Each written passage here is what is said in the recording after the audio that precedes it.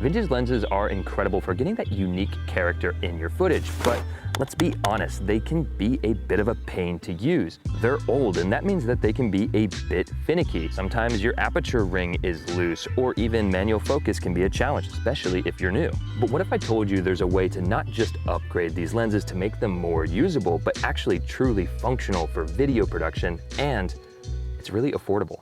So believe it or not, this is my vintage Carl Zeiss 28mm lens, and I actually had it rehoused to make it very functional for video.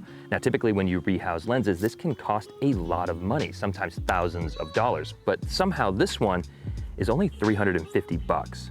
But how is that possible? Well, the guy who designs these housings goes by CineHousing on Instagram, and what he does is he 3D prints these housings. Now, when I first heard about 3D printed housings, I'm thinking it's gonna be cheap and the build quality is gonna be pretty bad. But to my surprise, this thing is actually pretty solid. So in order to test out the durability of this lens, I went ahead and loaded it up on my DJI RS4 Pro with the LiDAR autofocus motors. And I figured if the lens wasn't made well, the torque of these motors would probably rip it apart.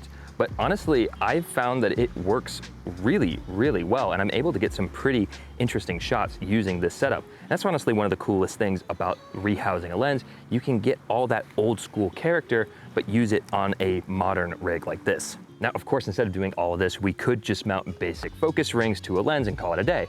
That's what I did with my Helios 44 II. I have my little plastic ring here, and honestly, it's a little bit loose. It's not the best solution, if I'm being honest, but it does work. Another thing you could do is go one step further, like I did with my Zeiss 50mm lens, and I went with an aluminum focus ring that actually has screws that hold it in place.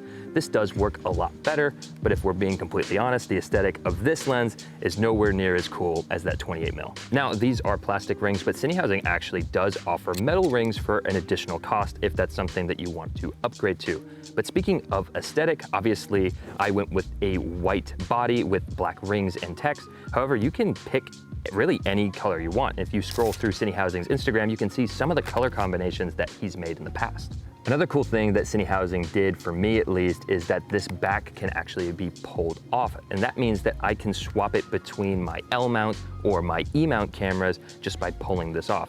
It's maybe not the most elegant solution, but it's cool that you're able to do that even after it's been housed. One more thing about that, because the lens is made of plastic, it is pretty lightweight. Now, this isn't maybe necessarily a feature, but I did notice that when I was running it on my gimbal, especially with all those autofocus LiDAR things, it really wasn't too cumbersome to use. So it's definitely another factor about these plastic 3D printed lenses. Now, I've only had one of my lenses rehoused so far, but honestly, the real benefit of getting your lenses rehoused is uniformity. If I had an entire set of my Zeiss lenses rehoused, they would all take the same front ND filters or matte box. Also, the focus rings would all line up for different camera rigs that I have it rigged up to. If I just have a raw vintage lens, I'm gonna have to use a bunch of step-up rings in order to actually mount an ND filter to it, or the focus rings will be staggered in weird ways. So the uniformity of getting all of your lenses rehoused is honestly a huge benefit. I really just wanted to share that this is an option for you guys. It doesn't have to cost a fortune to get your beautiful vintage lenses rehoused. Definitely go check out CineHousing on Instagram. He's just one guy that does this all by himself, so it'd be really cool if you all went and supported him. Now, if you guys were to get any lens rehoused, which one would it be and what color would you choose? I'd be interested to hear your thoughts down below. Guys, I hope that you all enjoyed this video. Definitely like and subscribe if you did, and I will see you in the next one. Take it easy, guys.